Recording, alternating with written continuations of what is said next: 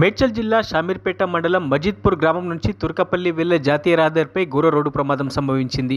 ఉదయం 8 గంటల సమయంలో కరీంనగర్ నుంచి హైదరాబాద్కు వస్తున్న ఇన్నోవా కారు అదుపు తప్పి డివైడర్ను ఢీకొనగా ఇద్దరు వ్యక్తులు అక్కడికక్కడే మృతి చెందారు. కారు అదుపు తప్పి డివైడర్ను ఢీకొని రైట్ సైడ్లోకి దూసుకెళ్లిన కారు తుర్కపల్లి వెళ్తున్న బైక్తో పాటు బయాలజికల్ ఈ లిమిటెడ్ బస్ను ఢీకొన్న కారు. బయాలజికల్ ఈ లిమిటెడ్ బస్ డ్రైవర్ అప్రమత్తమై చెట్ల పొదల్లోకి దూసుకెళ్లిన బైక్పై ప్రయాణిస్తున్న సుభాష్ అనే వ్యక్తికి తీవ్ర గాయాలు. అదేవిధంగా బయాలజికల్ ఈ లిమిటెడ్ కంపెనీకి సంబంధించిన బస్ డ్రైవర్ వీరబాబుతో పాటు బస్సులో ప్రయాణిస్తున్న బయాలజికల్ ఈ లిమిటెడ్ కంపెనీలో పనిచేస్తున్న 9 మంది ఎంప్లాయీస్ కి గాయాలు తగిలాయి. మృతి చెందిన ఇద్దరు వ్యక్తులు హకీంపేటకు చెందిన వారిగా అనుమానిస్తున్నారు. మృతుల వివరాలు తెలియాల్సి ఉంది.